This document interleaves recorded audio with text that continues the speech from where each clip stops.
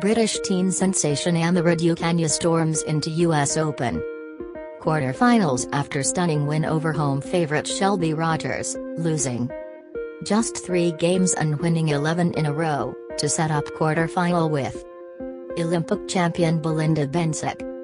One past British Grand Slam champion was in the president's box on Monday night to watch a potential future one make the quarterfinals of the US Open. Virginia Wade made the short trip from her Long Island home to watch Emma Raducanu in the flesh for the first time and, to put it mildly, she did not disappoint. After an awkward start, the 18-year-old from Orpington romped into the quarterfinals with a 6-2-6-1 victory over world number 43 Shelby Rogers. She thus became only the 3rd player in the event's history to make the last 8, having started in the qualifying 12 days previously. In the last 40 years only the 2 Joes, Dury and Konta, from GB have made it this far. By then both were seasoned pros, but this is a truly meteoric ascent, going back to the start of the UK grasscourt season when she was unknown beyond the most ardent followers of the game. On court immediately afterwards, Raducanu publicly thanked Wade, the 1968 US champion with whom she shares Kent as a home county, for coming, describing her as an absolute legend. "It feels absolutely amazing," said Raducanu. "I feel so happy to have come through and overcome the nerves at the beginning. Shelby has done really well here, so I knew it was going to be a tough match." She admitted that an added motivation had been seeing fellow teenagers, Spain's Carlos Alcaraz and Canada's Leylah Fernandez, also make it through to the last 8. "I really wanted to join them, but everyone has their own trajectory," said Raducanu.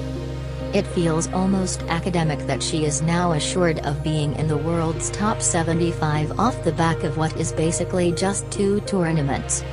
Her reward now is a meeting with the first opponent she will have met of seriously high caliber, the number 11 seed and recent Olympic champion, Belinda Bencic of Switzerland.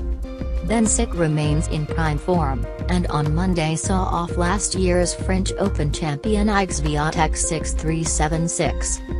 The Swiss will meet a player who has yet to drop a set in 7 matches, going all the way back to a week last Wednesday.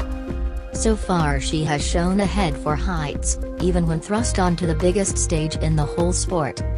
It was inevitable that sooner or later Raducanu would get elevated to the vast Arthur Ashe Stadium, and that in itself was a challenge.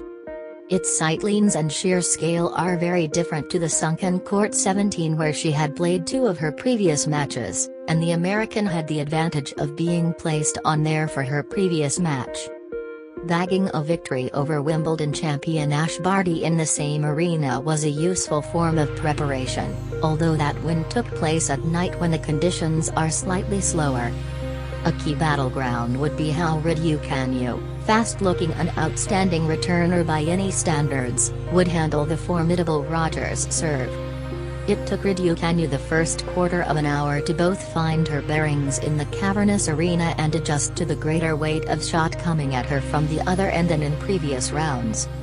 Rogers claimed 4th break point in the opening game and then clung onto her serve in the second with a difficulty that was a herald of what was to come. Crucially, Raducanu fended off 2 break points in the 3rd game, and then she was off and away, adjusted to the new dimensions facing her. The American is not the silkiest mover, and Raducanu slowly began to exploit that. It helped that Rogers, becoming increasingly alarmed, played a terrible 6th game which, for the first time, gave her a clear lead for the first time at 4-2. When she shaved the baseline with a forehand to clinch the set, it was fast becoming another rout. Rogers was rendered more and more helpless, and in truth her home crowd was not doing much to help her, despite her being the last American woman standing in the singles draw. It would not have helped that she is among the lowest profile of her country's top 50 players, nor that her ground stroking proved woefully inconsistent, as good as Raducanu was.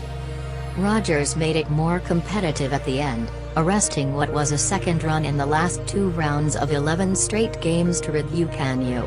4 match points were needed to finish it off at the end. But aside from that, the young Brit made this look like a stroll through Central Park. Brit made this look like